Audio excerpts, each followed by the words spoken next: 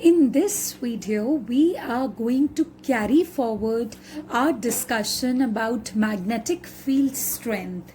Okay, so in the last video, we studied that F is equals to QVB sine theta.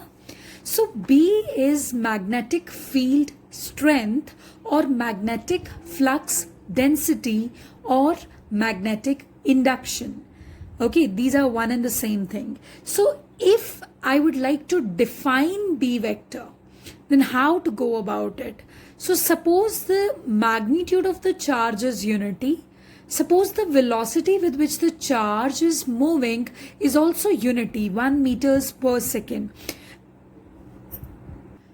And suppose theta equals to 90 degree, right? So that way, how to go about it? F is equals to 1 into B into sine 90. Sine 90 is nothing but equal to 1. So B becomes equal to F. So magnetic field strength is actually the force experienced by a unit positive charge which is moving with unit velocity, okay, making an angle 90 degree with the magnetic field. So this is the definition. And what is the SI unit? SI unit is Tesla. The magnetic field strength is measured in Tesla. And what are the special cases over here? If theta is equals to 0 degree, okay, then F is equal to QVB sine 0 degree, F is equals to 0. This means if a charged particle is moving parallel to the magnetic field, देखो theta वो angle है जो charged particle का velocity vector magnetic field के साथ form कर रहा है, right? If theta is equals to 0 degree, that means charged particle is moving parallel to the magnetic field. Okay, then it will experience no force because here we have put the values in the formula and what we have found that F is coming out to be equal to 0, right?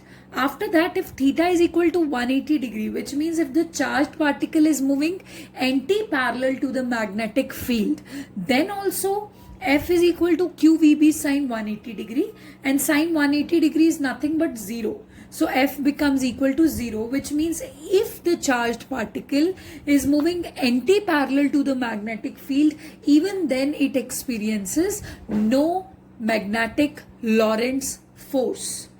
Now, what is the situation when, the charged particle experiences the maximum magnetic force? That situation will happen when theta is equal to 90 degree, because we know that the maximum value of sine theta is actually equal to sine 90 degree, which means it's actually equal to plus 1. So that way, F is equal to QVB sine 90. F is equal to QVB, which is the maximum value of the force. Also, I need to tell you something, that the direction of force is determined by Fleming's left hand rule. Fleming's left hand rule, you need to use your left hand and these three fingers must be mutually perpendicular to each other. See, this is a set of perpendicular fingers, this is a set of perpendicular fingers, and of course this is also perpendicular. So next thing that you need to realize is the Fleming's left hand rule goes as father, mother, child. Father, mother, child. Here father, F, the initials F stands for force, mother. M stands for magnetic field, child. C stands for current. Now you know that when positive charge is there, then the flow of positive charge is the flow of current. But when negative charge is there, the current flows in the direction opposite to the direction of this flow of negative charge. So that way you can memorize this rule. Suppose if the magnetic field is directed this way and the charged particle is moving this way, so it will experience a force in the upward direction. You can tilt your fingers, but every time they should be mutually perpendicular to each other, and this way you can always find out the force which is experienced by charged particle when it is trying to move in the presence of magnetic field. Now we will talk about units of B once again. We know that F is equal to QVB sin theta, isn't it? So B is equal to F upon QV. भाई sin theta के कोई units नहीं होती. Reason being sin theta is perpendicular upon hypotenuse. Perpendicular's units meters. Hypotenuse units meters. So meter by meter nothing. Okay. So B is equal to F upon QV. So F is Newton's, charge is coulombs, and velocity is meters per second. So all this is summarized to Tesla. So this is 1 Tesla, and you can easily define 1 Tesla the way I defined B, right? This is your task to do, to define 1 Tesla.